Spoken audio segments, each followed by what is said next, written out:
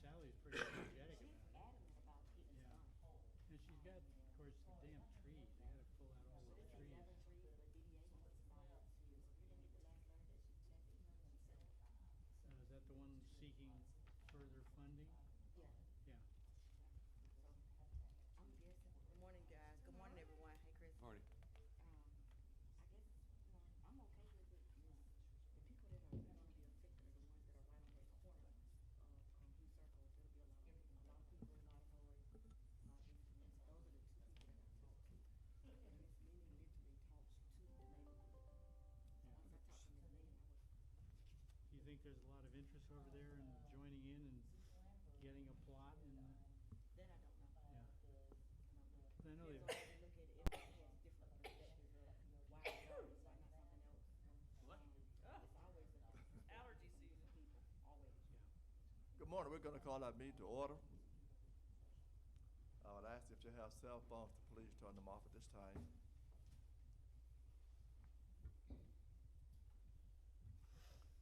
We'll stand and have pledge of allegiance by Councilmember Hodges and prayer by Councilmember Reed.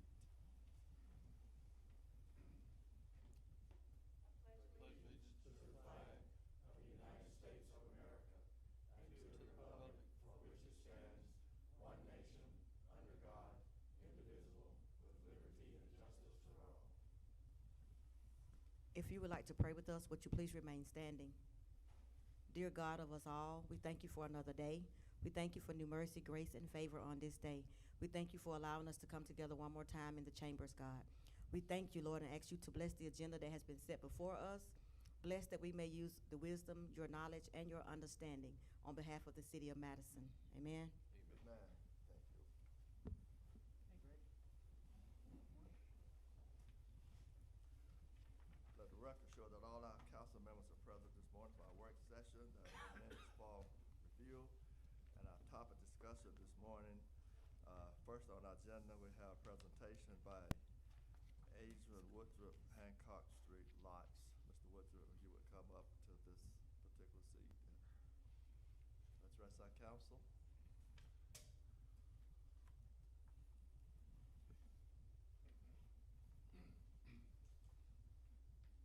Good morning, and what I'm here to discuss is the recognition of a public deeded recorded road between Bill Chambers' office and the Morgan County 4-H Center. Should have slide 1 up there. Oh, I'm sorry, I need to take care of a microphone thing first. Okay? As y'all can tell, I'm not a public speaker. I'm gonna read my notes. At the end, ask me all the questions you want to. Well, why don't you go ahead and whistle too? Yeah, I whistle You always at home whistle while when you do my everybody teeth. feel like they're at the office, yeah.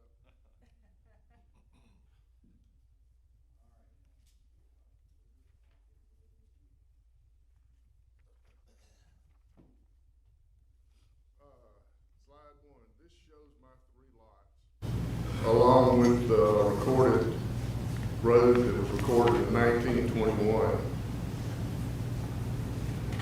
And what I'm asking, up and down, we go to the next The slide. side to side, yes, so to the right. And I can do it for you. There we go. We'll just do that way. All right. This is the deed that created the public 18-foot access between the Chambers and Bugs rental houses in 1921. With the help of Mr. Lambert, he helped me translate it, and I think the next one is in, just tells you what it says, but if you go down, you can see in the last, next to last, an alleyway 18 feet wide, Bugs and Chambers, each giving 9 feet thereof. All right, this is 1921. These are multiple family houses back there. Somebody is saying, okay, I'm giving 9 foot of my property, you giving 9 foot of your property. What are we creating? Public access. All right. And go to the next one. Ms. Dawn. Ken stepped out. Is it on? It's coming back. So there's so they created public access, right? Is that what you're saying right here? Yeah. Gotcha. And are there still a couple of houses back here? Or? Yeah. If you look on this slide, if you look where it says North Hancock Street, right above it, running toward me, you'll see it says above the number 26. That's how many houses were there. And next slide, please. This is a blow up. It's actually 2 or 3 other houses that aren't in there anymore. This is perpetuated since 1921. Nothing has stopped this. It's been used daily. Okay. So where the houses that are on North Hancock, that's where the Board of Elections is now, or? Right. Yeah. That's what I'm trying Where to you say. see 218, 220, 222, 24, Uh-huh. all those houses were demolished and put in to the board committee, The- 4-H center, what I call 4-H center. The rough area I'm talking about is the one where it says colored shacks. Yeah, that's what I was gonna ask, right where it says colored Right shacks. where it says colored shacks. Well, this map was done in 1921. It was the last Sanborn map that was done before they stopped. And that's what the city bases most of their streets on, is the Sanborn maps. However, this was not deeded until later in 1921, so it did not make the map. Again, look, each house has a house number. Those are all duplexes down through there. This road served over 12 houses at one time. Next slide, Lisa. This is the Mr. Woody wasn't sure whether it was 1965 or 1971 aerial photo of the area. How do I use the pointer? You can't really use a pointer on the televisions, but I can point for you. All right, see the road going by, car going by on the road, right up and down where he's going? That's the alleyway that we're talking about, that they said quote unquote was an alleyway and ingress egress. Look at the number of side streets going to the other houses. The access of all the houses along Hancock Street, the business to the left, all being served by the road. How can you not say it wasn't a public road? I mean, how many cars went up and down that thing a day? I kind of got off track in my notes, so I kind of one of those that lies when I see it fast. According to mine, it had 4 branches serving 10 residential duplexes, so that's 20 different families in a business. I feel this road frontage on this road should be accepted by the city of Madison, the same as any other house. Any other city street. Can you go to the next one, please? This is a recorded plat by Mr. Whitley because of the judgment to the Supreme Court judgment in 2010. What had happened is Mr. Jefferson had a bogus deed, showed he owned 35 feet of road frontage, which he ended up not having. And this is from Georgia's Superior Court. The judgment is in your packet too, if you'd like to look at it. Who is Mr. Jefferson? Mr. Jefferson owns 0.355 acres. Is he the house? Well, He's he's the house. deceased now, but the house that He's kind of a- sits Yeah, back. Robert, his son, Mr. Jefferson Jr. Okay, Robert And, Jr. And Pamela? Pamela. Yeah. Pam, okay. So So they- Go ahead. I'm sorry, Mr. Mayor, may I ask? So they thought they owned 35 feet, Yeah. and they actually owned none of it? Okay, Actually, their original deed said that they fronted on the alleyway that separated it from the chambers. okay. And even all the property that our county owns, it's written the same way too. Can you go back to the, slide that had the aerial photo on it?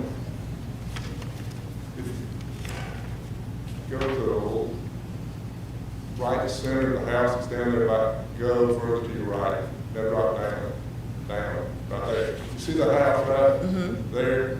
You see the little road that goes beside it, and goes by what is Mr. Jefferson's house, the house by itself? Right, That was the access there, no deed, they were just using it. So is And there that's a, how the county set their property line instead of reading their deeds. so they use the road or the supposed easement, I guess that's what it is, as their point, well, it's most people use roads for their delineation of their property line. So what happened to that road? Did it get Right. abandoned or that, so you've got the one that everybody's still using, Mr. Jefferson's family, right? The other road, Mr. Nunn asked me to remove that house several years ago because it was housing some varmints. And over time, it just went away. Yeah. Also the From road. this, and they didn't actually have legal access to it. Originally, their frontage was on Hancock Street, and they sold off the frontage, and they became landlocked. They sold it to the city. Am I confusing everybody? No, this is an interesting, like, property rights kind of access, You know, conversation, 'cause it's like, we have a couple of these alleys in the city that, I know there's one on a couple of, that everybody's wondering, you know, whose it is and what it is, and if it's the cities or if it's the property owner. Like the one right off of Pine at, That's the one I'm talking about. East Yeah, Washington. and it's always been, people have always argued about ownership. but I mean, you can see, I mean, look at how many houses down through there. It didn't go away. I mean, it's still being used. And you go forward a couple slides.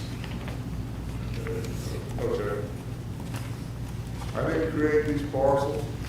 I didn't create these lots. I didn't do the deed that way.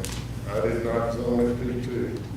The road has served frontage for over 100 years, and it's served effectively as a Madison Street.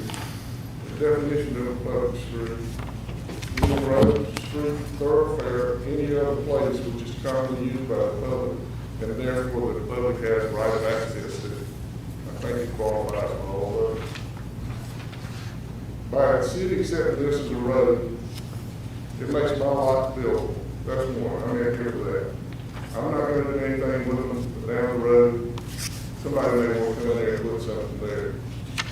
It also makes Mr. Jefferson's, whether he realizes it or not, if his house burned down, he couldn't rebuild. It'd be a nightmare for him. It's a historic house. I mean, it's the last of everything that was left in there. He's not here with me, he and I don't see eye to eye, that's okay. I'm still here for his good.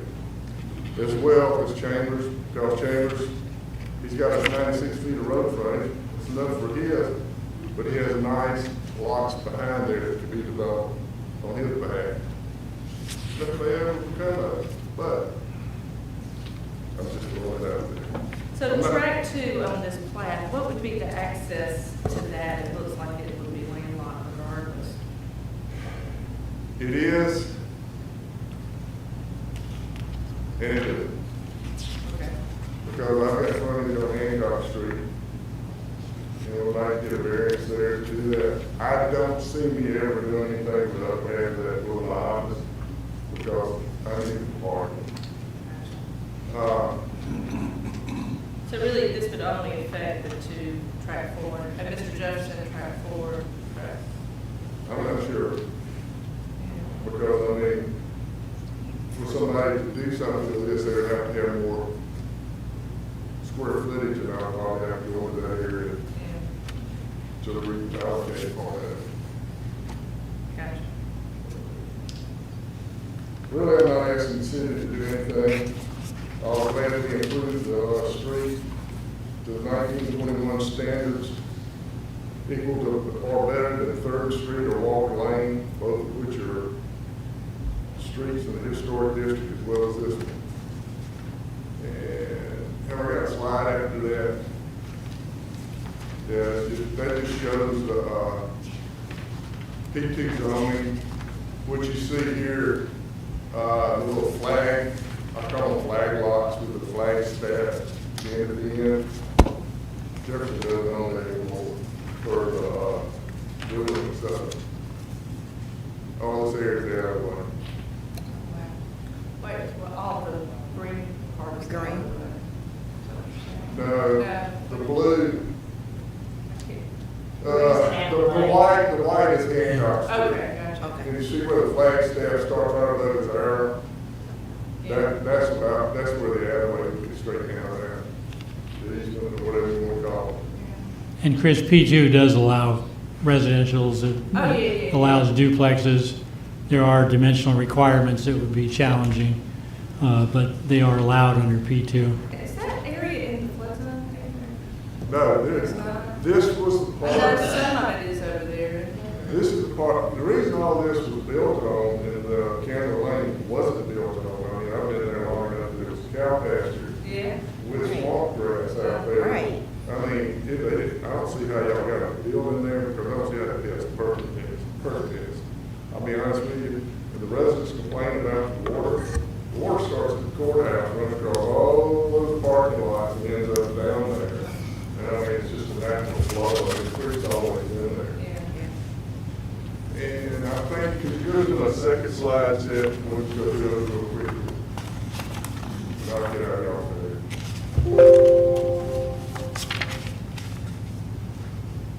Got your second slide, which one's, oh, your second set. The street. Sorry.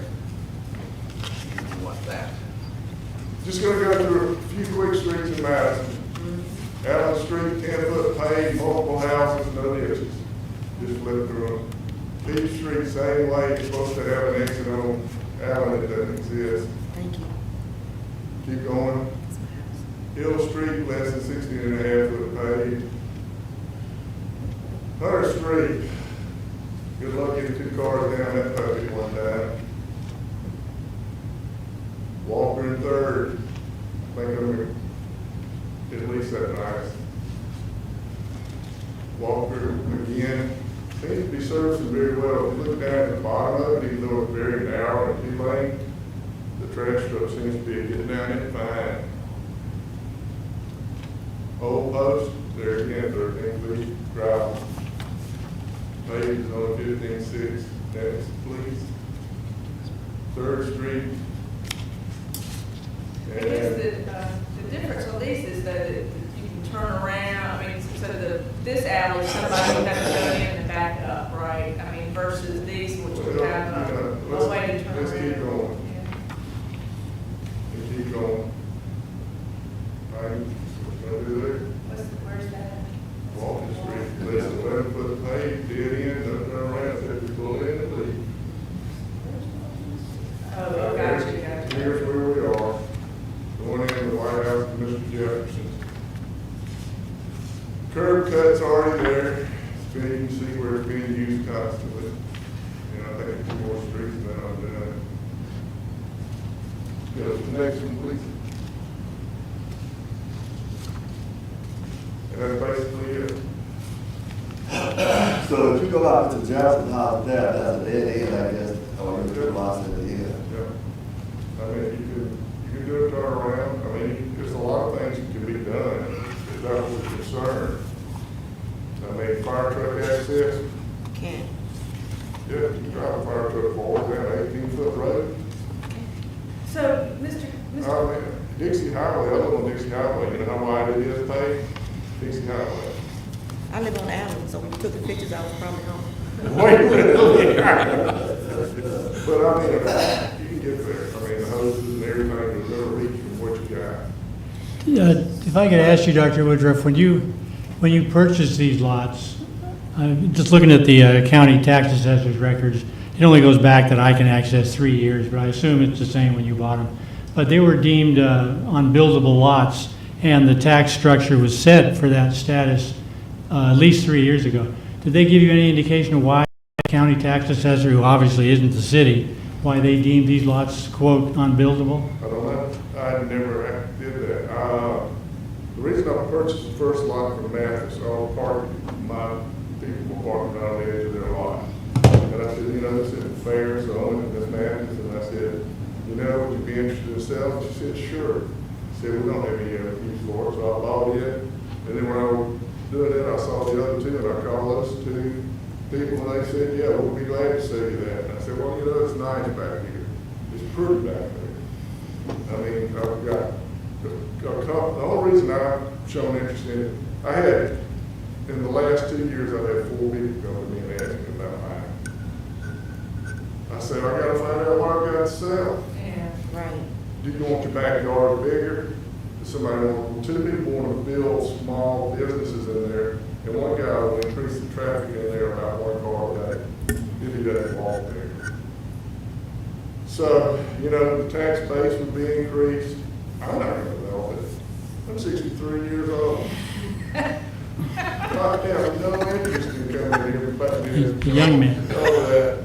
So, So, Mr. Carter, the fact that the Jeffersons have been using that alleyway, why would that, I mean, and if he died, I mean, surely they would still have access based on prescriptive easements, right? I mean, it's. everybody has access. Yeah, I mean, it's just. everybody all the way down both sides has access. Yeah, But what we're saying is you can't rebuild based on your present zoning regulations because he has no frontage. But if he. Can I interrupt a minute? I'm sorry, I don't mean to interrupt, and I'm not gonna say a whole lot, because we've done a good bit of research and we disagree about several points, but the fact that that house and that siding is grandfathered, the house exists and survives. If all the other houses down there exists and survive, they could be replaced in whole. If that house was destroyed, it could be put back. If it were torn down and abandoned, it'd be a different thing, which is what happened to the other ones. But a couple of just questions for clarity. You have two registered land surveyors that did surveys for this. Right. Both of them show the property line at the center of the 18-foot. Both of them call that out as a private driveway. Why did surveyors who do the most research of anybody, why do they call it a private driveway? They had access to the 1920 or 1921 deed. Did they not see evidence that it was a public street? Because many other deeds call out public alleys and call out public streets. Most of those on your map will actually have gone back to the original layout of town, especially those along along Academy Street and Old Post Road and Dixie. Those are on the Sanborn map, have been on for years and years. So there's a distinction between access and a driveway. I don't see where the city ever did any work or ever accepted. I grant you that people that lived on there and maybe different property owners accessed their property through there. And if the council sees that that gives rights to those, fine with it. I'm not fighting you on that. But there is a distinction between access and a driveway and what's a public street. We've never recognized it. David, how many of the city streets can you show me the deeds? I can show you references. A lot of them are prescriptive. A lot are prescriptive. No, they're well. It's a legal argument, and that's the same for a lot of cities and counties in the state. That's Okay. If it was a private road subdivision in 1921. I don't even know if that existed then, and we shouldn't get into a debate about that because we've researched it, and it certainly would have been a lot easier for us to agree with you and say you've got the right to do on the lots that you own, rather than putting up, barriers to you doing what you want to do. It'd certainly be easier for us to do that. What about when you ask me to remove the? Different issue. I don't know. That's not a quid pro quo. That was a fallen down house. You and I talked about it. You were buying it. It needed to be taken down, and you did it. And thank you for doing that. It was a mess, and you cleaned it up, and it looked great. so what is the benefit, I'm confused, I'm not confused, just asking the right questions, I guess. What is the benefit of the city you want to deed this to the city for the city to maintain? I'm a little confused. What I are want we? to get it to your standards, but I'm going to have to say that I want to do the 1921 standards because that's, Well, I think that would look better, wouldn't it? I've already put one load of gravel in there, but I'm not going to go in there and put 5 loads of gravel. You tell me I'm not going to be able to do anything. Right. If somebody bought it as a residence, I would think they would pay. But the thing is, we can't do any of that. We can't move forward with anything until they're deemed buildable. And the only way they're going to be deemed buildable that I see, y'all know a lot more about it than I do. It's a And then that's because the P2 zoning requires 10,000 square feet on the lot, and it requires 60 foot of public road frontage. And it's the frontage that's missing on these three properties. And that is why the county deemed it unbuildable. Are the lots big enough? Yeah, they're it's funny, the website doesn't have acreage. The two small ones are about a quarter each, I think. Yeah. And maybe the total, I think, comes slightly under one, I think. Yeah. Is that about right? So they're in the city water, It's got city water in Mr. Jefferson, so I don't think it's got city sewer, Jefferson, because I think I just saw where he dug his backyard and put in another septic tank. I mean, I saw a lot of play back there, so I mean, that is an assumption. Gas, I'm not sure, you'd have to ask David whether it's got gas access in it or not. That's the easiest one out of all of them, that water with a couple of dwellings back there is not sewer. Sewer would be a challenge.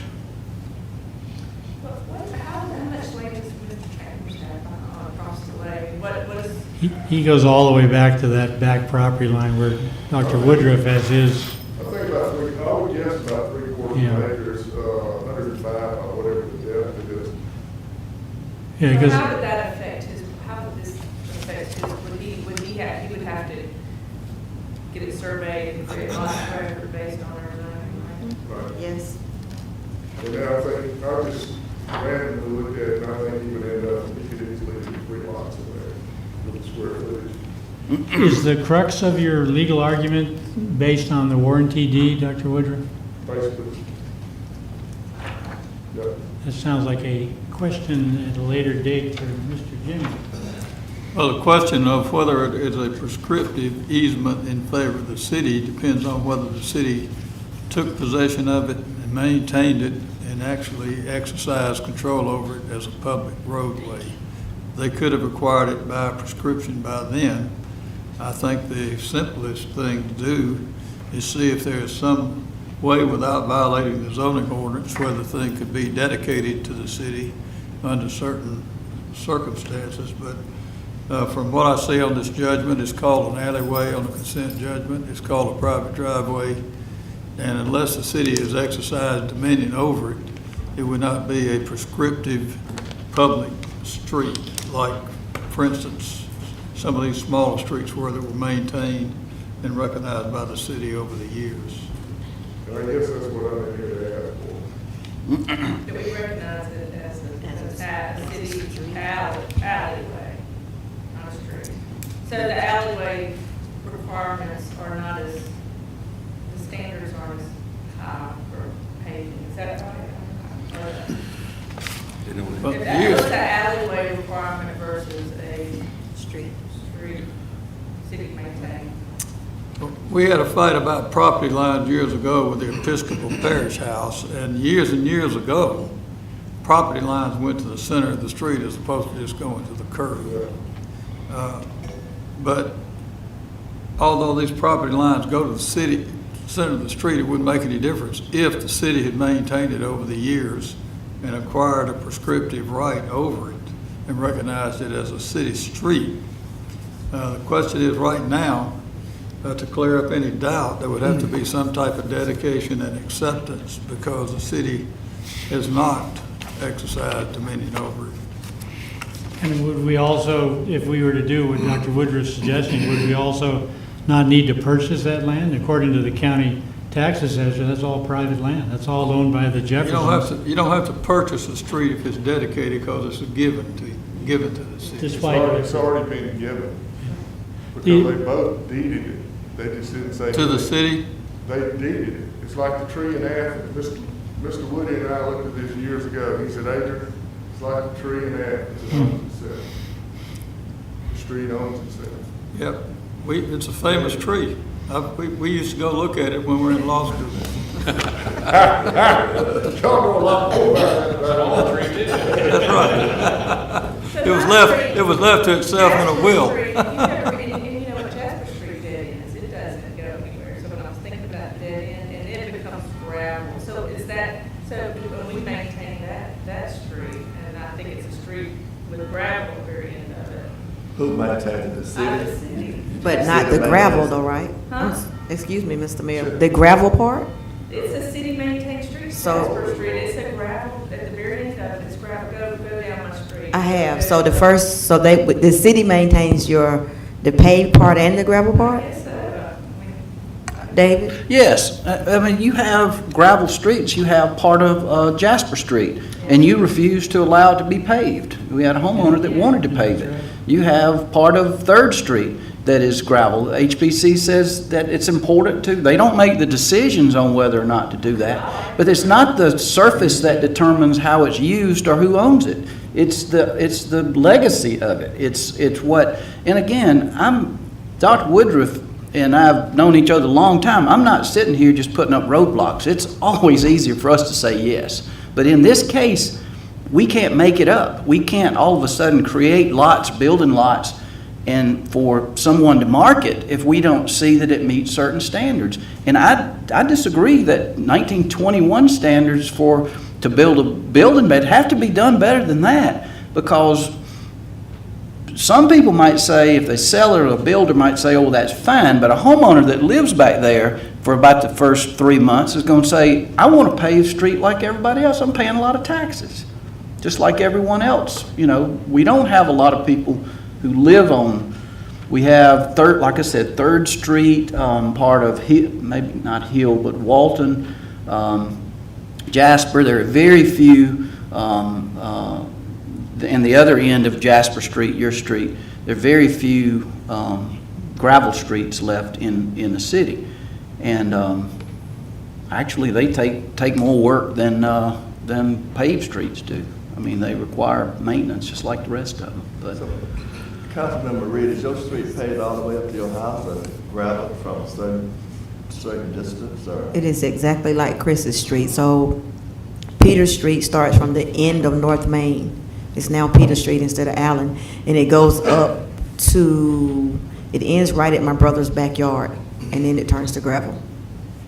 So, no. But there's never been deeded right of way beyond that. It may None. actually go a little past where the deeded right of way. And we've talked about if the person who now owns a lot of that were to develop it, one of the requirements would be that it be paved, be brought up to at least, approaching current standards. So those Right. people who buy those houses would benefit or would enjoy the same type of street that everyone else Yes. does. And actually, it's an easement on the other side that I just found that comes out on College Drive, so. Oh, yeah, okay. If I could add just one point, whether this proposal of Dr. Woodruff goes forward or not, the concern of many residents on Candler Lane is the water runoff that Dr. Woodruff kind of mentioned. Right now, it's pervious surface all in there, and it's already a problem of water coming down off the county property through Dr. Woodruff's property into the back of 4 houses on the west side of Candler Lane.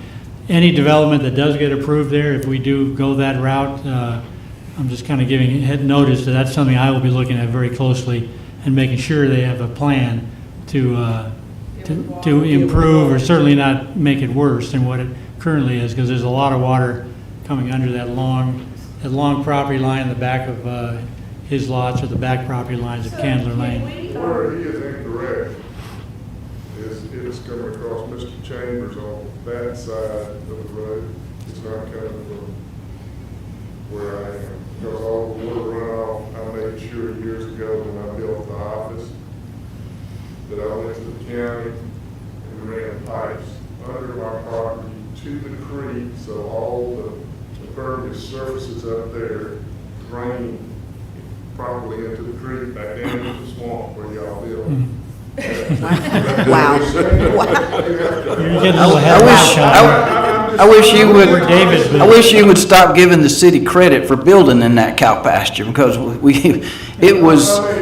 David, you know this like I do. I do. It was the only reason that it had survived for so long without being built there is because it was a swamp. Yeah. Why do This, you think the people built all the way to the end of where the road that I'm showing you, if you look at all those houses, it stopped there? And when did it start again? On the other hill. yeah. So, It's you not can't the come in best in the there world. In hindsight and say, the water running from the impervious surface downtown Madison on my problem when I have tried to eliminate all that when I was building years ago. I wasn't so much implying it's your problem now. I'm just saying, if there is development there, that is the time to address that I mean, issue. I just, you know, if you're gonna come to a contest, have the information correct. But, can I just say, we appreciate you coming, and I know you're not looking for an answer this morning from this council, it's just a work session, but give us some time to debate it and talk about it.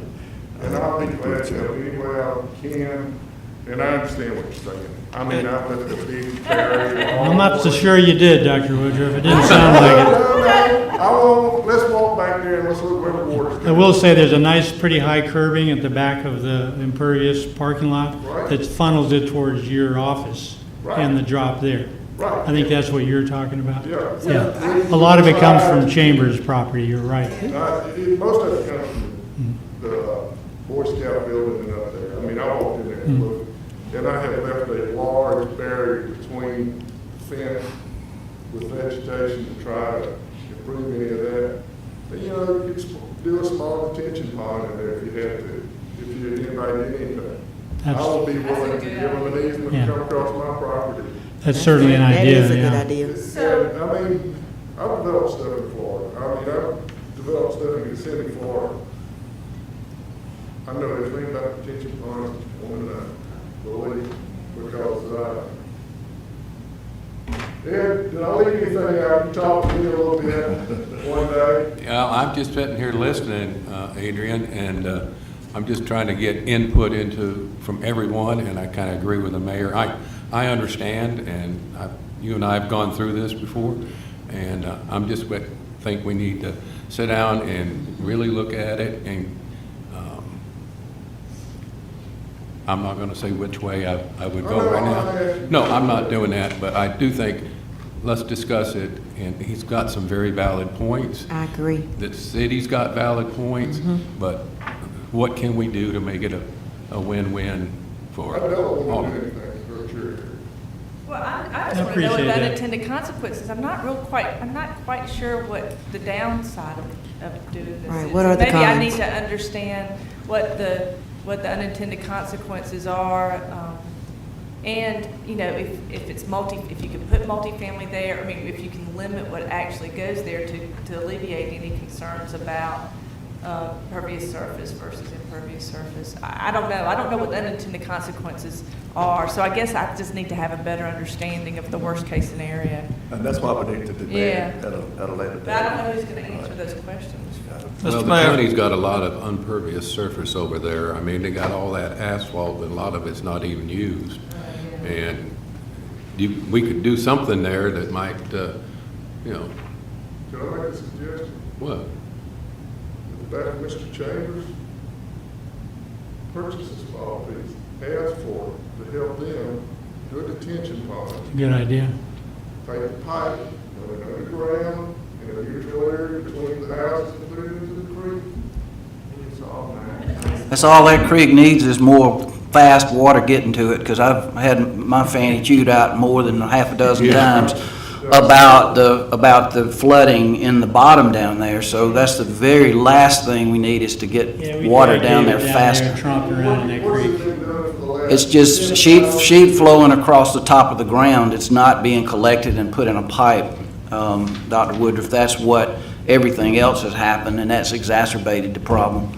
So I agree, detention and release might be the best thing, and that way you control it, the flow of it anyway. That would be the very least of it. Cut off all the city water where they clean the city filters that come down there. I smell it. I can tell you one day they're cleaning out the filters down there Yeah. because of the smell. I mean, Mr. Mayor. Y'all got something to do tonight. Thank you, sir. What smell is he I'm talking about? sorry, I get so stupid. I can be doing this here all day, but I can't sit here and talk to argue about. Thank you, sir. Dr. Woodruff. I appreciate that, Doctor. You're in our neighborhood too. That's not a Thank bad you. suggestion. Nice to meet you also. Thank you. Thank you, sir. All right, Doctor. Okay, We have with us this morning Mr. Ben Whippy, along with our Councilmember Ed Lathan, and they're gonna give us a report on DDA and what they're doing and where they are, and future plans for our city.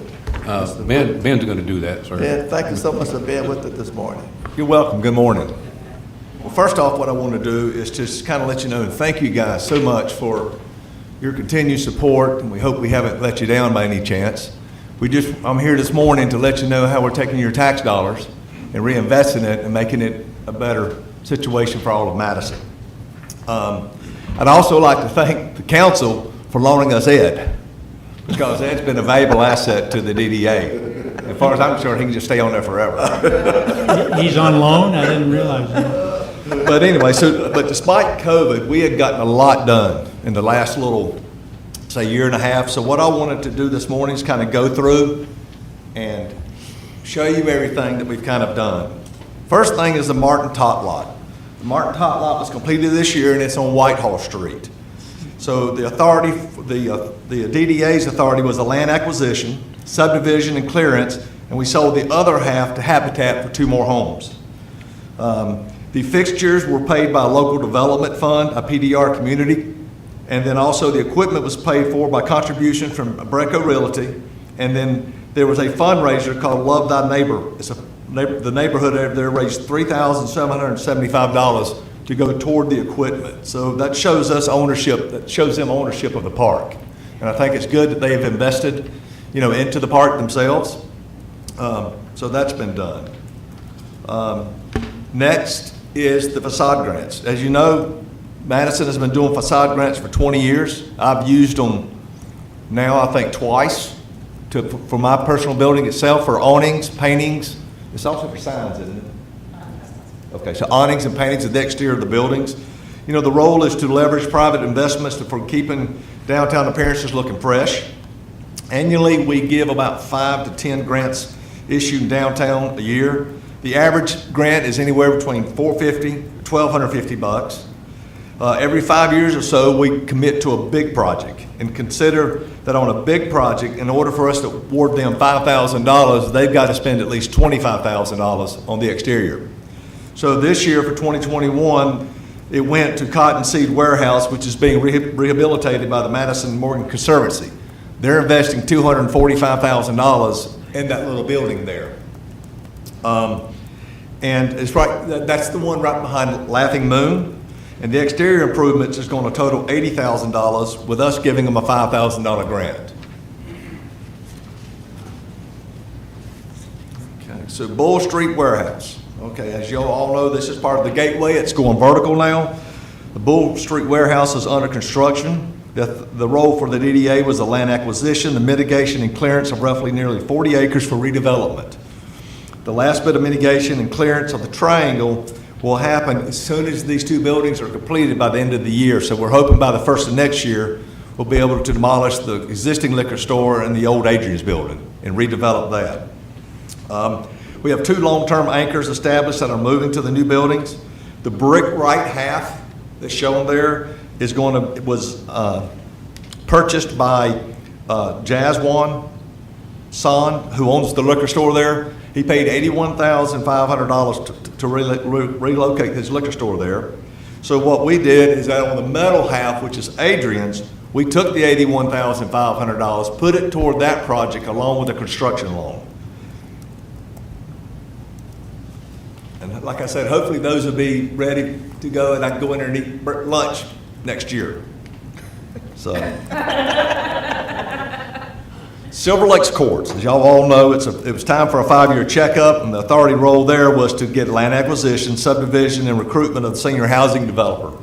Silver Lakes was placed into service in 2016 and still looks great. The grounds are being flourished. They have shared garden beds and a full and thriving tenants. They take great pride, like in their front doorsteps. It is completely full, and they have less than 1 to 2 turnovers a year. And usually those turnovers are due to death. Is there a waiting list to get into those months? I think there is. So it also has community areas for laundry, shared potluck dinners, exercise room, outdoor grilling, and they're all clean and well equipped and maintained. The owners The owners were there to personally inspect the property, and David Cooper, who is the owner of WODA, owns and manages 350 developments and has only ever sold one development, and their oldest development is 31 years old. So they pretty much keep them themselves. There's 44 units, which are low to moderate income senior housing. College Street surplus.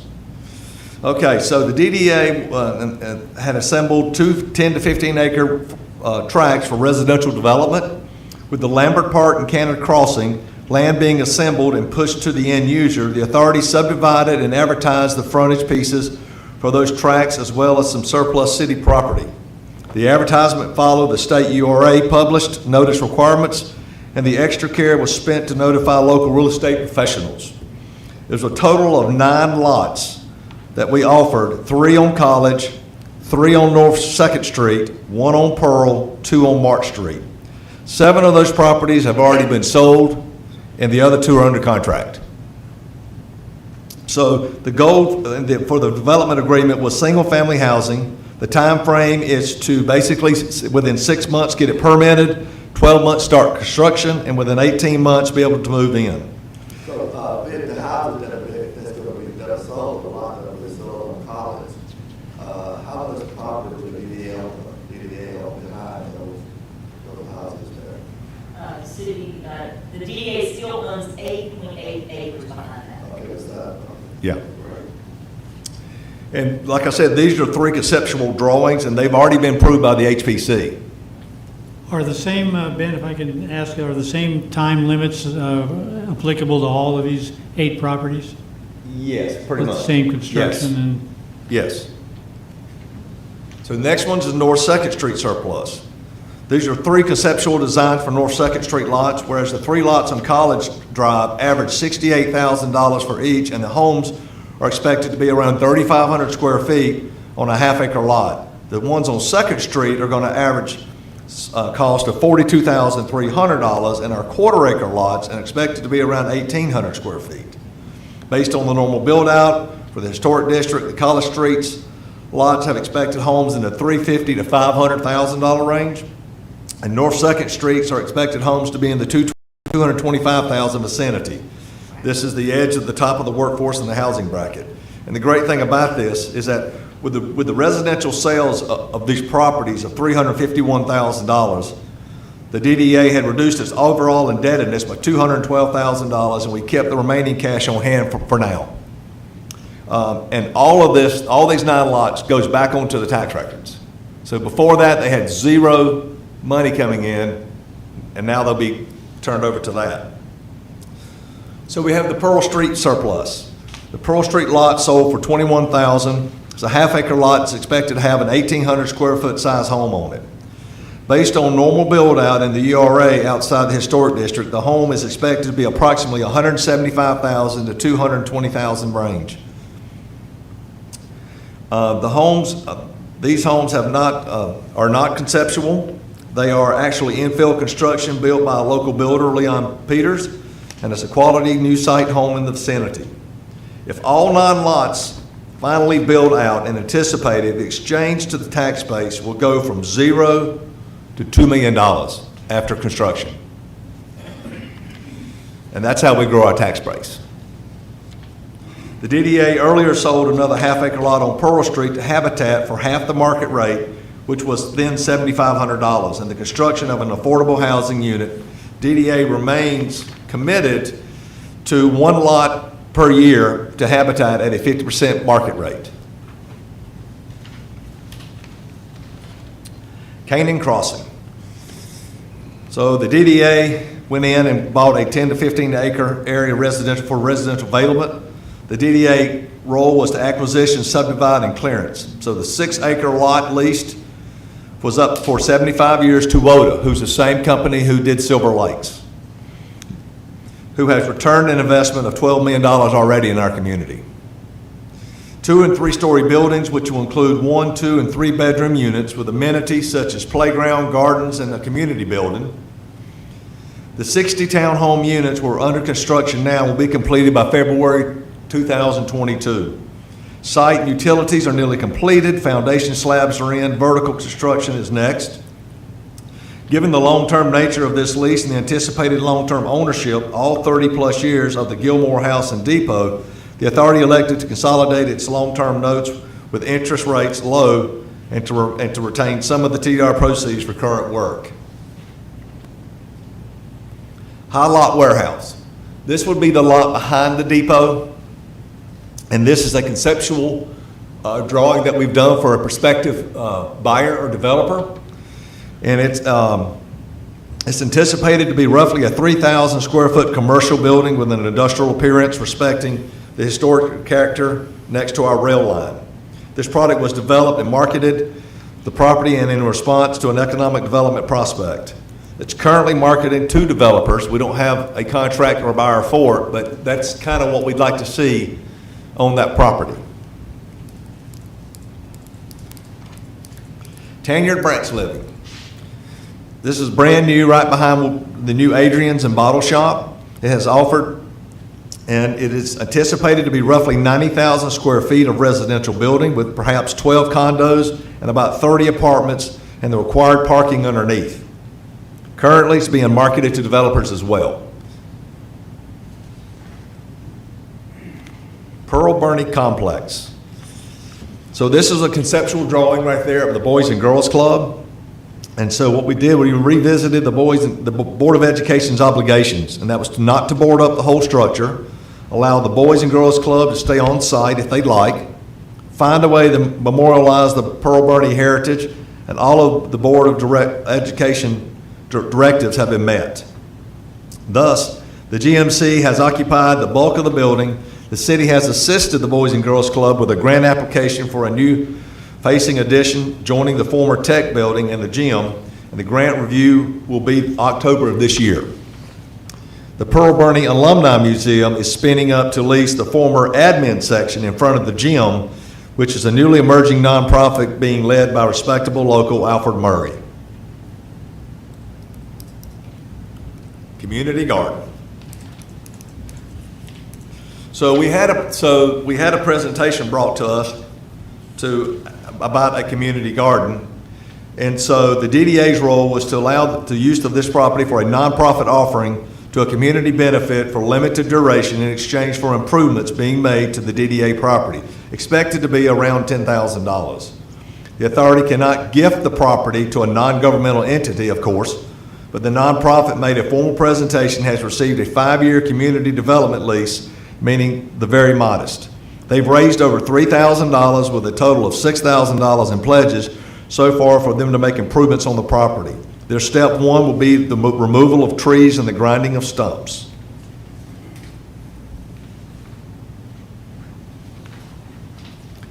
And that is the report for 2021. Anybody have any questions? Mr. Mayor, may I just say, Ben, thank you for doing this, and I want everybody here on this council to understand that the DDA board itself, we've got great people on there. We got Ben, we got all those other people that are there. Those are the people that are getting the work done, okay? I just come here and tell you what's happening every once in a while. And the real purpose of the DDA is we take on projects that we can't get anybody else to do to get rid of slum and blight like we did on West Washington Gateway. You all remember what was there before. You could not get a single developer to come in and get that done. So we took that responsibility on to get it done, but the real purpose is to get it all back on the tax rolls. We are not in ownership positions as a city or as a DDA. So they've done a great job. I think you're going to be seeing somewhere 12, probably around $40 million, Monica? Sir? Maybe $40 million over there in the West Washington Gateway? Yes, sir.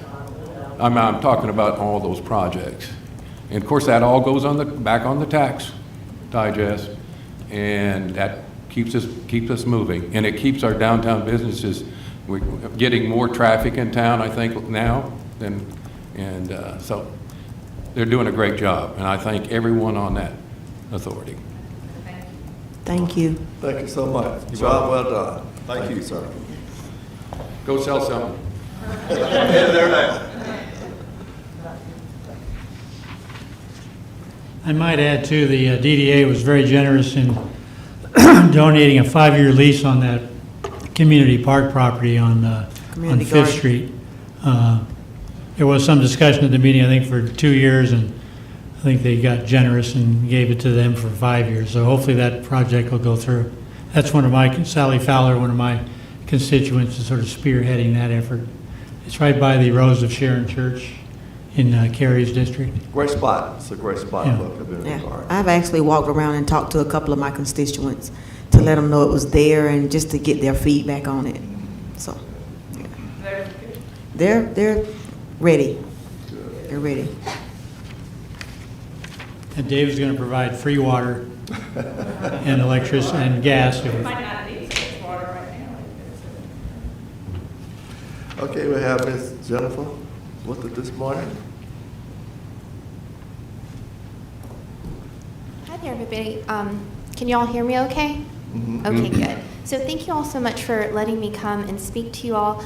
I'm Jennifer Rose. I'm the Executive Director of the Madison-Morgan County Convention and Visitors Bureau here in Madison at 115 East Jefferson Street. And Chris Hodges and Karen Robertson both serve as ex officios on our board. So we were doing our annual planning, and Chris just mentioned she thought it'd be great if we could come and kind of share with you all what we're doing. So we're always happy to share, the work that we're doing and the movements that we want to be able to make. Whenever y'all like, just let us know. But okay, so I wanted to just go ahead and kind of start. It's going to be really just a broad overview of our mission, an overview of our local tourism economy, just kind of state of the industry, and what we've been doing to help support our local tourism industry. So we'll just jump right in with the Madison-Morgan County Convention and Visitors Bureau and our mission and really what we work to do for you all. So the Madison-Morgan County Convention and Visitors Bureau, it's a nonprofit 501c6 that serves as the official destination marketing organization for the city of Madison and Morgan County. And we work to advance Morgan County's $55 million plus tourism industry that supports more than 450 local jobs. We promote tourism through marketing, including brand awareness, advertisement, participation in regional and state destination marketing organizations. Our role is the camera-ready liaison for the film industry, and also through operation of the Regional Visitor Information Center, which you'll of course know as our Welcome Center downtown. Okay. And then our mission is really just to work to boost the economic vitality and development by instoring tourists to come, stay, and take part in the local tourism economy. Okay, and just for more overview of kind of what does tourism look like here in our area. This is a really great tool that UGA has started doing for all of the 159 counties in Georgia that looks at the hospitality industry for every county in Georgia. And it gives an economic snapshot of the hospitality and travel industry, looking at economic measures for food and accommodation outputs, as well as incorporating effects resulting from related industries supported along the supply chain. The most recent numbers that they get, because this is, really the best information they can, so it's from federal sources, and that's why it takes a couple of years to really get all the information that they need for this. So the most recent is 2019, which just gives us a really good baseline to see what was our tourism industry before, of course, the pandemic came and hit us. But we know for 2019, the hospitality and travel economy for Morgan County represented $118 million plus sales and revenue output. It represented 1,587 hospitality jobs here in Morgan County, and almost $31 million in income generated from those jobs. So tourism is very important to our area. And then this is our economic impact report from Explore Georgia. Explore Georgia is the tourism division of the Georgia Department of Economic Development, and they break down these numbers even further to be able to tell what is the direct impact of tourist spending in our area. And in 2019, that direct impact just from people coming here, visiting and spending their money was $56.12 million. That helps support 466 local jobs. It put $11.93 million in payroll, $2.55 million in state tax revenues, $1.6 million in local tax revenues, and that means that each Morgan County household is paying $598 less per year for taxes, because that is generated straight to our budget through tourism economic activity. And even just our unemployment rate would be over 5% higher if it wasn't for tourism. So they say that our unemployment rate in 2019 was 3.1%. Without the jobs supported by the tourism industry, it would have been 8.2, which is higher than the national average. So just really good information about what is that impact of tourism for our local economy, for Madison and for Morgan County, and tourism works for us. But of course, we know this is really the baseline of what we want to get back to, because in 2020, we have dealt with the COVID-19 pandemic, which it hit us here just like it did everywhere across the United States and across the world, and it's really affected us.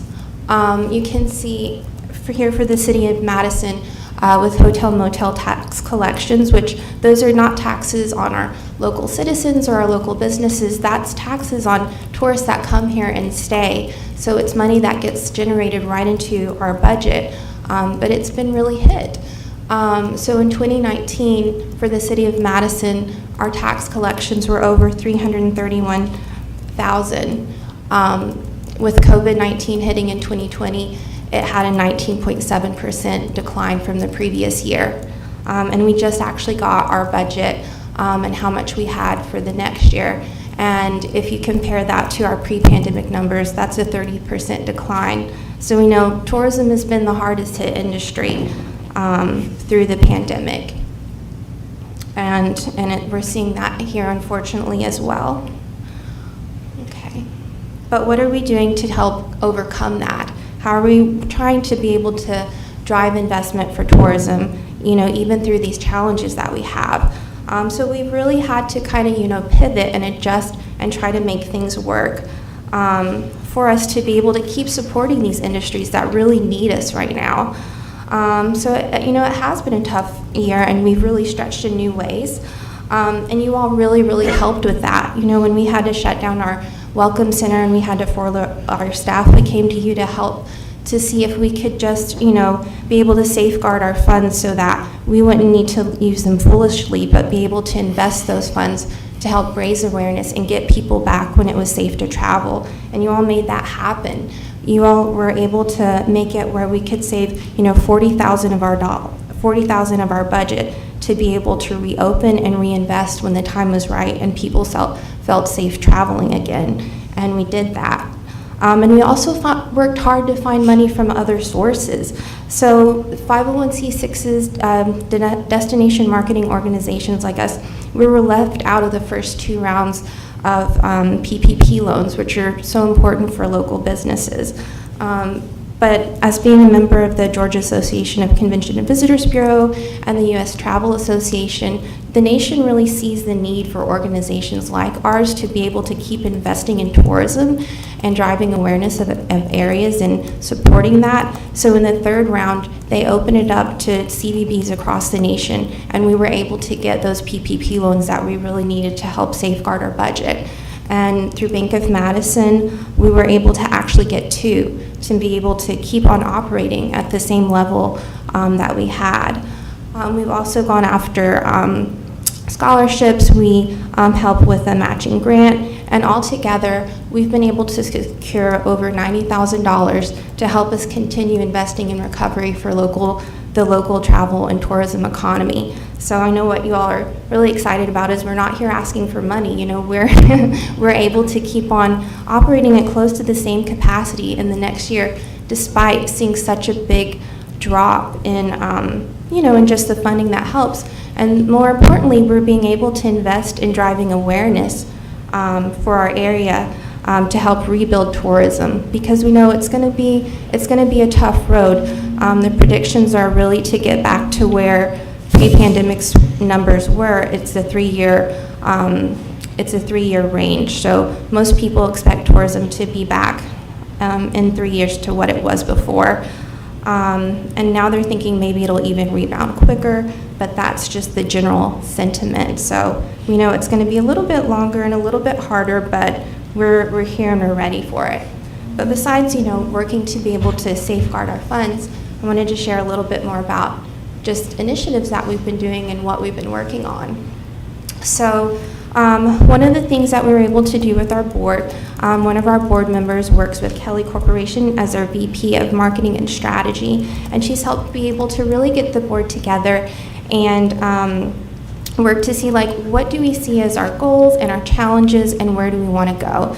This was another thing that was a great donation that they were able to give to us to help with strategy operations planning. It's usually a $15,000 program that they put us through to be able to help just really get aligned and be able to work towards a goal that we think would drive the biggest impact. So through this, in 2020 when we started, we were able to kind of identify what goals we wanted to focus on. And that was really just, working on really clarifying our brand, basing our understanding and who we're going after on research, and just building a stronger web presence that was optimized for mobile, because we know now that the majority of research that's done is really through digital avenues to be able to determine which destination travelers want to choose next. So the first thing that we did was really trying to base our plan of how we want to be able to invest our money in a really smart research-based marketing strategy. So through resources that we have with Explore Georgia and just other areas, we were able to make, it's a massive project, but a 40-page marketing strategy that was developed based on research through Explore Georgia and other top industry resources to really marry our vision and goals outlined by StratUp and inform our branding and who would be our most successful target customers so that we can make sure that we're investing in the right way. We also worked to kind of illuminate and refresh our brand. So this was another thing where we were able to use connections to work with people that were really experts in their field in design and branding at extremely discounted and even ad honorarium prices to be able to really make sure that what we're doing is the right way to do it and what's smart. So we were able to get an expert brand study and redefine our brand positioning, as well as refresh our brand guidelines, our design. We worked on building a completely new website, and our visitor guide is refreshed as well. So I wanted to just show you kind of what that difference looks like with our website. I don't know how to actually make this play. Not ready. Okay. So I have a little video. Right? Oh, it does. It just plays automatically. So this is our old website, which you can see was very good, but just maybe a little bit dated. And this is our home page to just kind of see what it looked like before and then what our new one looks like. You can see for our, each shop and stay pages, it's really kind of just the basic information with phone numbers and contact info, but it doesn't really get to go very much in detail. You can see the colors too are just kind of the purple and the beige. Did you do the new website in-house? No, we used a vendor. Yeah. Yeah, I've seen a couple of your videos are great. They're very good. Yeah. This is the old website. This is the old Yeah. one. Yeah. just to kind of see like a comparison.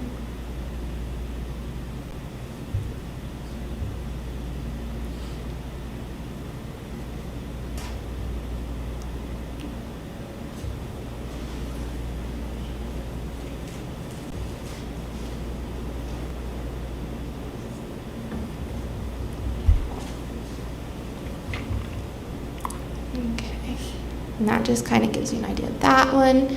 And then sometimes you have to use what you got, so sorry, that's me. But let's see. Oops. Oh gee. There, let's, get back to you. Okay, this is me, your local web expert. There we go.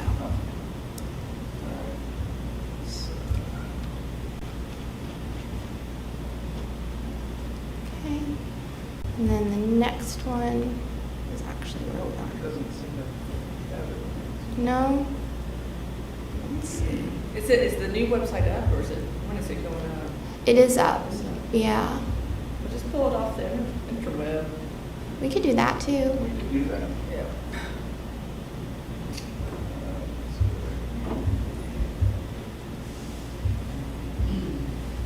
Are you working closely with Preston's guy, Charles? Yeah, I've met him a couple times, and we've discussed some things, but we haven't really worked together. There's a guy that's working here locally that teaches tourism and marketing at Georgia Southern, and he's moving here. Mhm. And I think he would be a great asset, because that's Yeah. what he does, that's what he specializes in. JenniferU.com and .org. .com. But if you want, I can kind of like, or I guess I have to talk.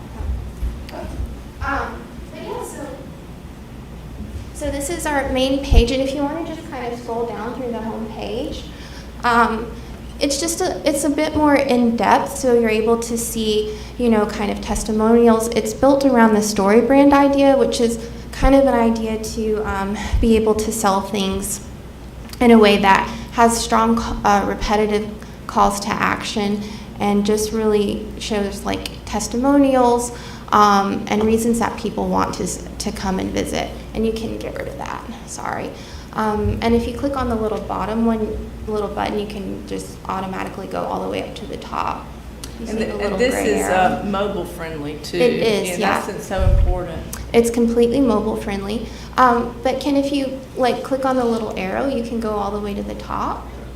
So it makes it a lot easier to scroll through it. When you go through the Start Exploring pages, those all have, they're based around different buyer personas, so people that might be interested in arts and culture, history. Is that you, Jennifer, or does it just look like you? Unfortunately, it is me. Who is Sometimes you gotta use what you got. I thought they hired a model. And I think it looks great. I'm very affordable. I'm saving y'all money. So, we've lost ourselves. But you can see Trip Inspiration is just through our blogs and all.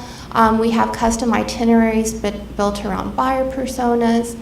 Ken, if you go back up, I wanted to show that if you look under See and Do, for example, if you go to attractions, and then you can scroll down a little bit, and you can go through the different types. So if you want to just click, for example, history and heritage, and then if you scroll down a little bit, if you click on Heritage Hall, whereas before it was really just, and you can just click on, yeah, before it was really just, you know, kind of the basic information with the address and the website. Now every one of our attractions has a full description. There's admissions information, and there's also map information. So it's just really much more robust offering. And we've also done that with our retailers and our restaurants. So, you know, now there's photos, there's, if you could go to maybe food and drink, for example, and scroll down a little bit. You can filter by what type of food you want. If you click on it, it has more information and just more photos and all. So it's just a much more robust offering to be able to help show just the expansive things that we have here to be able to offer people. So it's something we're really, really proud of. And same thing with lodging. You're able to kind of like click into more details and more information. So just a lot more info to hopefully make people more excited to be able to travel however they want. So it's something that, we're proud of. We put a lot of work into just to be able to help. And again, the big, strong calls to action with Plan Your Trip, you'll see that throughout it, because it's all about those touch points of trying to get more and more ways to get people to want to participate and want to move on to the next step, make a commitment. So that's kind of what I want to show about our new website. I don't know if it's possible to get back to the presentation, or if not, we can go. Has it disappeared? Okay.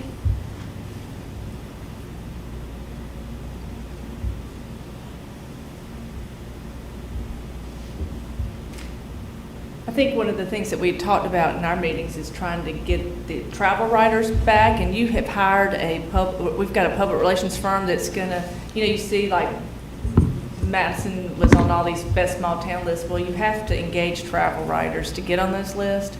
So I know. Best small town to visit. Yes, well, best small town to visit, but so travel and leisure, I don't know, if they have every category you can, road trip through the South or whatever. It's important that we get and stay on those lists, and I know that Jennifer has consulted with the group that's going to help us really get because I think Blue Ridge is starting to hit us. Yeah, the mountains and the beach are tough to compete against. Yeah. But through Explore Georgia, which is the tourism division of the Georgia Department of Economic Development, they have co-op programs that help make it more affordable and accessible for smaller organizations like us with smaller budgets to be able to go after these opportunities. So one of the ones that we went after was with Conway PR. So they have a co-op, and it's actually the PR agency that the state uses. They're based in New York, so to be able to get these type of big wins in big media, that's really where you want to be, is with a company that has those kind of connections, because New York is really where all the big travel groups are based, or travel media companies. So working with them to be able to do a spring pitch is what we did, to try to go after these just bigger organizations is one of the opportunities that we invested in to, see what we can do and what we can make happen. That's one of the opportunities, just in being able to work with the state and making those connections that we're going after. And it is one of the big things in kind of our planning that you'll see. But we were able to get back our kind of website info. So you can see this just kind of looks at our website information. So, this is people that are going to our site. Each session is a user's interaction with our site. And you can see the blue is 2019, which is our pre-pandemic numbers, which is what we want to work to get back to. Red is 2020, where of course we had the massive hit, where right in springtime, which is usually when people are thinking about travel, are going to start traveling again, we had our biggest hit. And you can see that we've been able to, as soon as we were able to open up back up again and invest, we were able to invest in getting people back to our site and growing awareness. So we're even able to beat some 2019 numbers, and into 2021. We're still trying to be able to get back to that pre-pandemic level of awareness for our session. So far in 2021, we are on track to be able to beat pre-pandemic website sessions by 4%. And what does that mean? That's really just eyes on our page, eyes understanding what is Madison and taking interest in us, and hopefully wanting to come and stay and visit and spend money and go home. And then another big thing that we do is our social media presence, in trying to engage and interact with people and grow awareness that way. So our Facebook, we were able to grow over 400 new followers, and our reach, which is just, again, interactions with different people, was almost 370,000 in 2020. And our Instagram followers, we have over 4,000, and our reach in 2020 was over 203,000. So just being able to, create content that hopefully people engage with and builds awareness to our area. And how are we seeing that here in our Welcome Center? So a fun fact I love is that our Welcome Center is actually the #1 of 16 things to do in Madison. And we have over 150 positive reviews with our visitor center. And I'll tell you, our ladies, they've been hopping lately because we're really seeing tourism pick up. In May, and I haven't pulled the numbers for June yet, but in May, we've had the highest numbers that we've had since the pandemic. We had over 1,000 visitors in our Welcome Center. And it's just, being able to be that first face. We're open 360 days a year, every day of the week.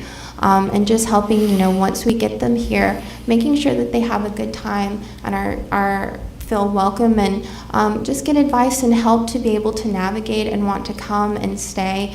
And one of the things our ladies always say is, how excited people are to be back out again and how much they're really just surprised and excited about the many things that there are to be able to do here. And I think that was my last one. So, just being able to be that face to welcome visitors back now that they're ready to travel again. And for our next initiative, we finished our planning. So like Chris mentioned, we're really wanting to be able to focus on that PR and communication part, to be able to be in media, to make sure, now we've built this great web presence. We want to invest in advertising to bring people to it. And just creating that really good, solid content and testing it to see what works and making sure that we're connecting with the right people at the right time to be able to drive tourism here to help support our local businesses. And that's really the main things that I wanted to go over. But you all are always invited to our board meetings. We always meet every second Thursday of the month at 8:15 a.m. We're starting back in-person meetings again. So just let me know. We're still kind of figuring out our spaces, our buildings under construction. But you all are always welcome to that. And I'm always happy to come and report on anything. If you ever have questions about tourism or what we're up to, we're always welcome to come and present to you all. So I don't know if y'all had any questions or anything. I noticed, Jennifer, you were able to access PPP money. Looks like it was a once or twice, I guess. Mm-hmm. Are there twice? Are there any options for you to recover lost revenue under the ARP, the American Rescue Plan that was passed in March?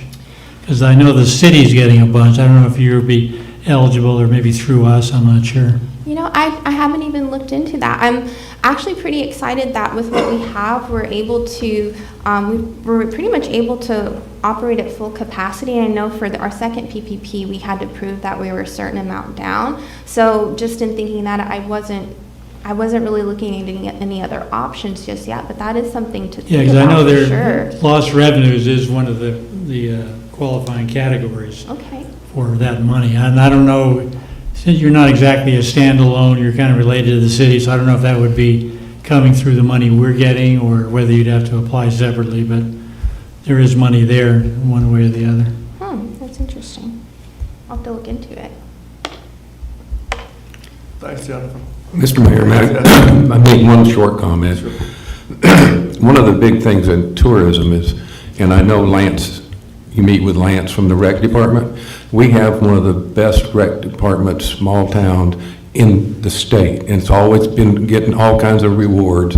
And you may have seen, everybody got a little upset because they were talking about expanding that, and I've been active in that for a long time.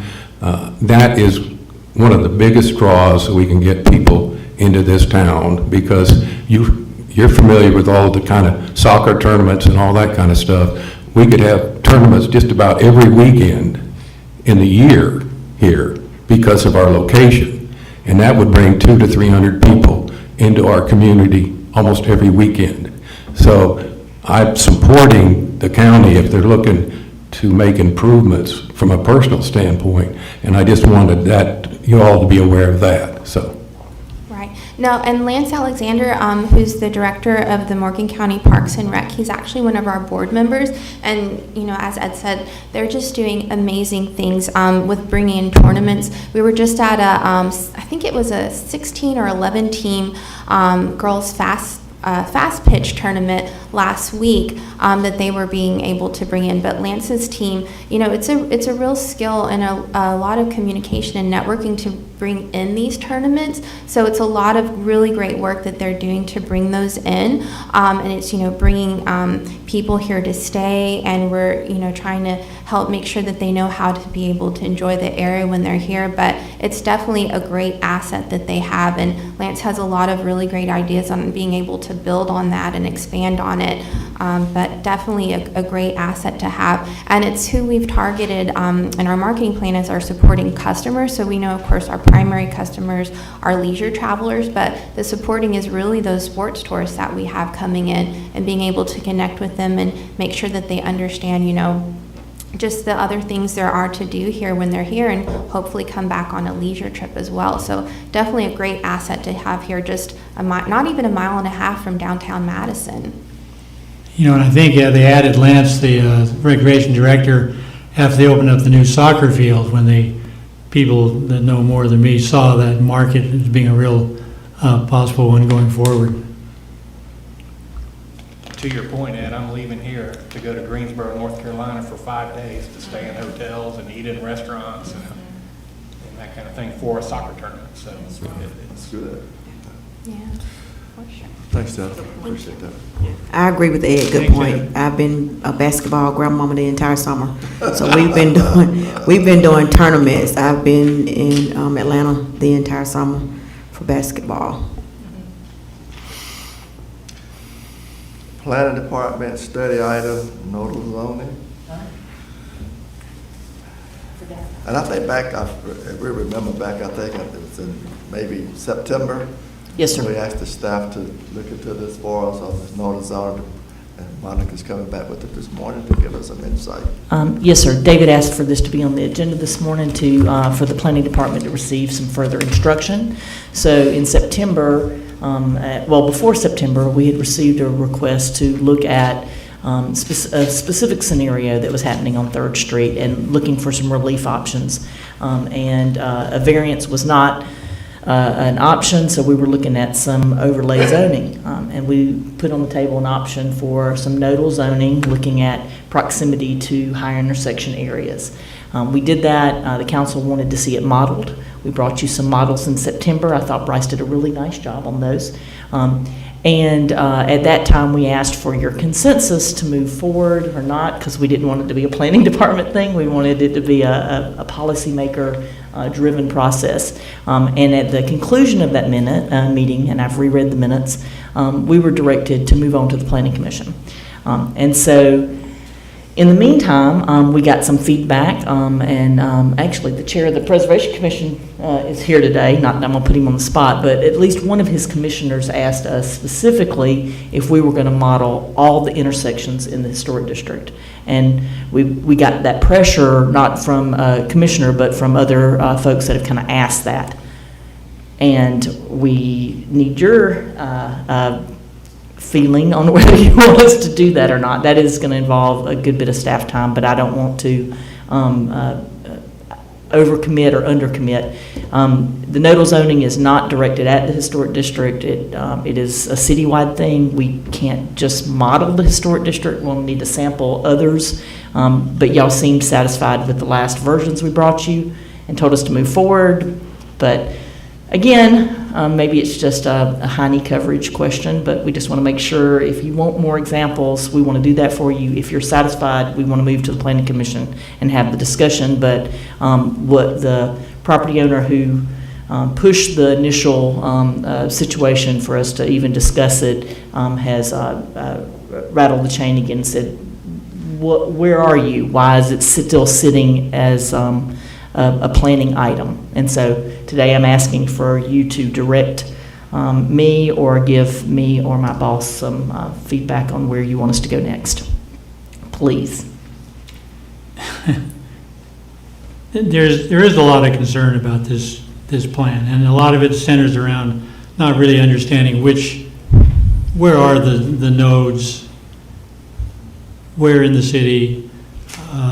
I'm also kind of wondering, I mean, is this all, I know the mayor and council kind of asked you guys to look into this based on that one situation. It seems like we're setting up a whole system here of changing our zoning rules based on this one situation that was kind of unique. I'm concerned about the concept of it. I don't really understand what it can mean. I think we had a conversation once, I think it was one of our meetings, where I was concerned that this will inevitably lead to more development. I think you countered that and said that doesn't necessarily is the case. Is that basically our I think that's a conversation? correct summary. I think there's always that fear there, but on the modeling that we provided to you and presented to you, it does not evidence that that is the case. So I have to deal in the land of fact, and so the ones that we looked at, that did not appear to be the case. But again, we haven't modeled 100% of the intersections for the city. You're right about it being kind of a solution that is being drafted for a first case scenario, but I would proffer that that is not unlike, remember when we had a scenario with, I hope it's not legally inappropriate to mention other scenarios where we've written sections of the ordinance to start looking at alternatives for difficult scenarios, where basically we've overlaid zoning over we've overlaid 1969 zoning onto a 200-year-old town. There are going to be places where you either have to come up with a relief valve when a variance is not appropriate. Is it a policy change, or you have to be willing to say no?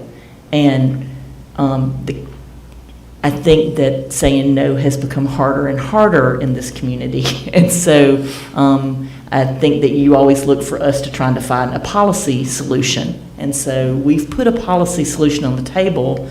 And the one for Leon Peters worked well in the urban renewal area. This is just another version of a policy solution. And I don't think that I don't think it's unprecedented for us to look for policy solutions to when a scenario pops up and we're like, oh, okay, that's difficult. How do we resolve that conflict? It would be much easier, as David alluded to this morning, to say yes to everything, and it would be a lot easier if y'all said no to some things.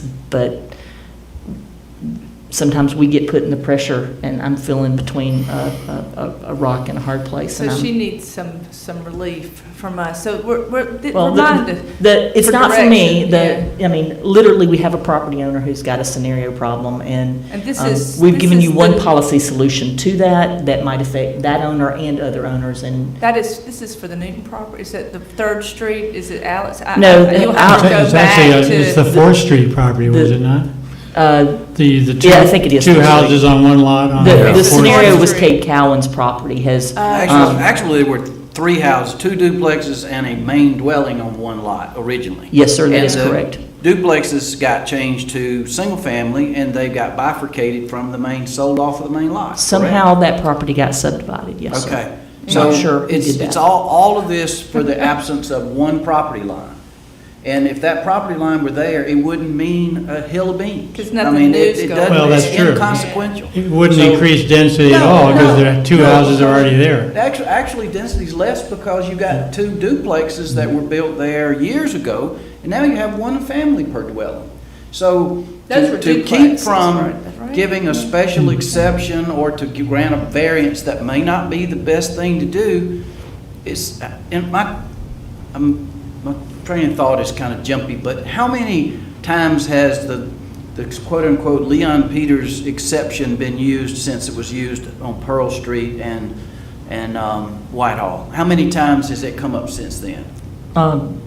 0? Once. I mean, that Leon's used it twice. Leon's used it twice. Okay. And that is geographically limited, is it not, to a certain area? It is. Yeah, because we did that overlay there. It is a geographical limit by boundary, and so this policy right that we brought to you is geographically limited by a point-based system. You know, it's the center of the intersection and it's laced by that, but it's not to an area of the city. It's a zoning relief valve that's specific only to intersections, and so it does have a broader application because it applies citywide. It just seems as though the fear is that this would somehow Yeah. fling open Pandora's box, and every intersection, people are gonna look for how to split down.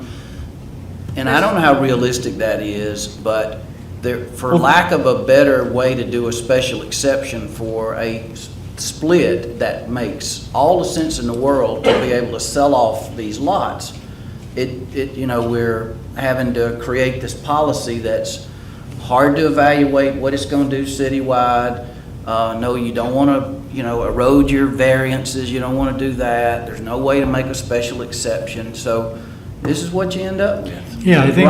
Write a whole. Y'all already thing to discussed meet- it for an hour. I'm really just asking the simple question of, do you want us to do more modeling, or do you want us to Well, take it to the planning I commission? think we talked about the modeling on Fourth Street because Alex had come to us about his stuff. I mean, in that street, and I live there, and so I would suffer the consequences of more density because it's getting busier over there now, and that's fine. That's part of, living near undeveloped land. But that road could be, you could look at the modeling there based on the Sanford maps, we've I done would that. imagine, No, right? We've done that. Yeah. Yeah, that's Y'all already been saw done. that model. Yeah. But my concern kind of follows what David's saying. I mean, to fix a single, relatively small, unique situation problem, we're opening ourselves up to all kinds of unintended consequences citywide. Could And be I'm not sure if we Not know if you what did the most, not if you repercussions did could it in be. a zone like we did with Leon. Or y'all can just say no. I mean, these are Or we Well, just what does say, he the do options to you that? have. The act get Monica to go on with the planning, I guess, and come up with the. I think that it's going to be important for us to know the extent of the modeling you want us to try. There's valid concern that there may be unintended consequences. How much do you want us to model to prove or disprove that fear? That's what we're It's asking. not, So you- it's not a fishhook solution. If that were to become the case, then you can very well undo what you did. Right? Yes, sir. You can always reverse out zoning, i.e. pawn shops. So if you think about Fourth Street, if they do it based on this, an area, like we did with Leon, a lot of those things are already grandfathered lots. So if you look there, I mean, why not just not worry, or just say those that are grandfathered stay the way they are, and the ones that are am I making sense?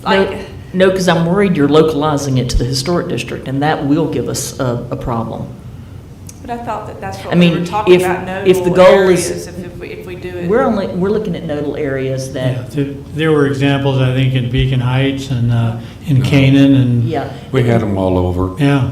I mean, any place where you have an intersection, I think the opportunity to exploit it, if I were looking at it from a worst-case scenario standpoint, I think that the opportunity to exploit it would require you to buy multiple properties at an intersection and tear down. That is possible. People do tear down, buy, assemble land, and put that back out. That is possible.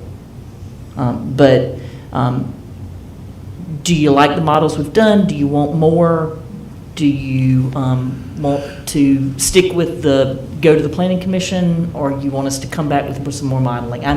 We're happy to do either, and if, Mr. Mayor, I just don't know what you I want me think to we do. need to send it to the planning commission. I think we've done enough, and we can't do everyone in the city and see how it fits. I think that's redundant work, and if somebody comes in and wants that, then we could look at that, if something happens there, correct? Yes, sir. I We can mean, also, and it might if you want to not add a work. specific intersection that you're worried about, we can do that. No. Okay. I don't. I just think, let's send it to the planning commission and see what they say based on what we have now. We're just sitting here wasting time, and we're wasting your time. And I think let's get it to the planning commission, study it there, and then bring back a Or we recommendation. save Monica's time and put an end to this program now. Where does the HPC opinion fit into your timeline there, Ed? Or do they fit in? No, it didn't. I'm just saying, we've analyzed this one, and what? save time, let's just give one of the instructions to go to the planning commission and move forward. And if it with comes that. back from the planning commission, no? Yeah, but Derek's right, at what point is there, or even if they have the ability to look at it, it's So that's not any board can comment. Yeah. Both Corridor and HPC have in the past commented on changes to the zoning law. The zoning law is the big umbrella, and so if they wanted to weigh in, they would do so. We had people, individual members and commission members actually send emails or contact, just like they normally participate in the planning commission process. And since there's been no advertising for this for the planning commission, it's going to be, what, at their August meeting? Yeah. We haven't even voted. So there would be at least 2 HPC meetings before that to have opportunity for them to comment on what's available now.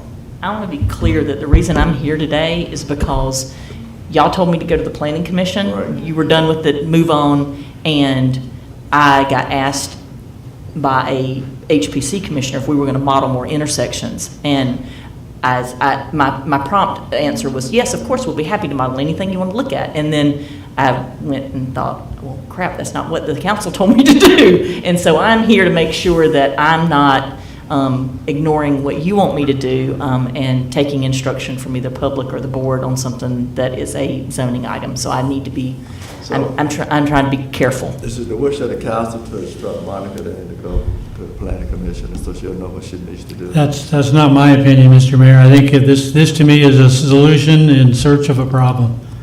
And I think the repercussions are unknown at this point, and I disagree with moving forward on it. Well, we're not moving forward, we're sending it to plan, right? That is forward motion in the process. Well, we're just sitting here doing nothing right now. And, you know, I don't like sitting around doing nothing.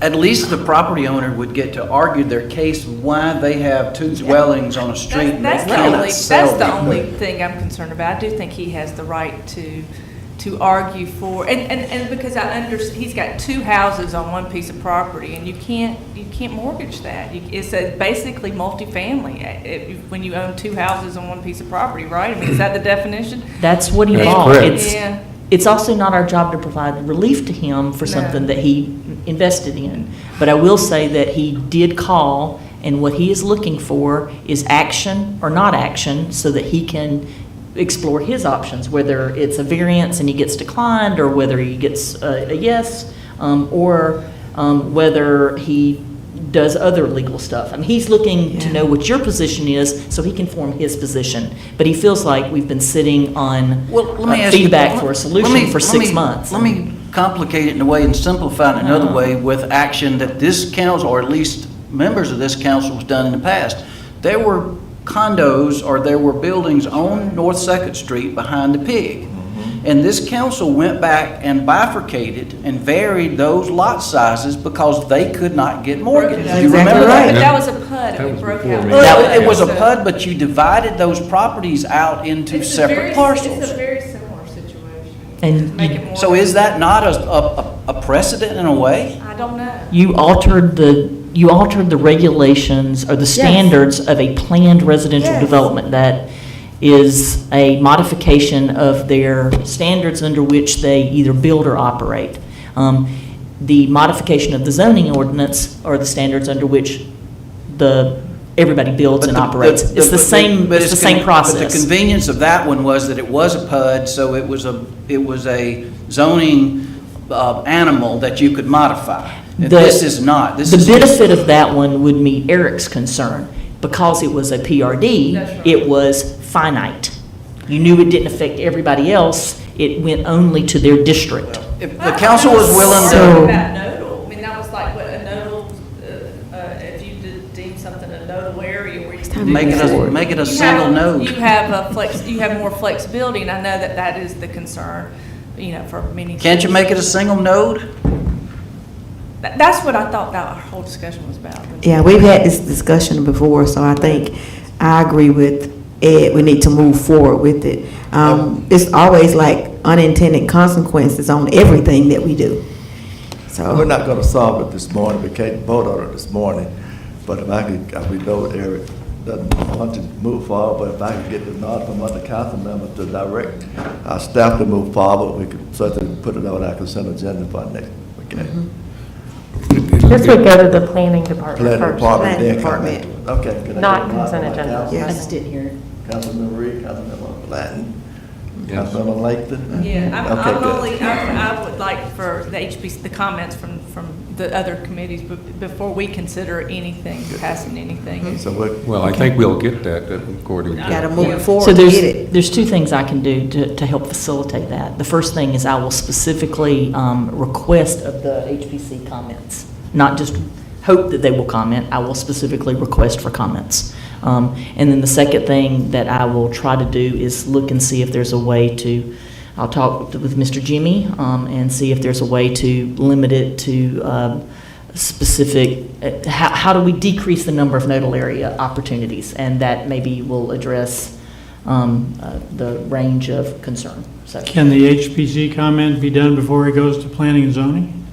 There'll be 2 meetings before I that, think so so, yeah. Yeah. That would be good. I mean, See, I would like to hear that, Eric, I do agree, I want to hear that from them, but we don't need to stop moving. Right. Because we'll have that, get it to planning and zoning, and historic commission can get input, everybody can get input, but we're just sitting here holding it up and doing nothing. Right. and what that allows for us to do is tell the property owner at what point he gets to be heard. That's the question Which we're is- trying to answer. which When is does he get great. to be heard? Yeah. So, Okay, thanks, Monica. yes, sir. Sorry for the right, fun it's okay. stuff. Glad to get it squared away. Yep. Yeah. Thank you. Finally, yeah.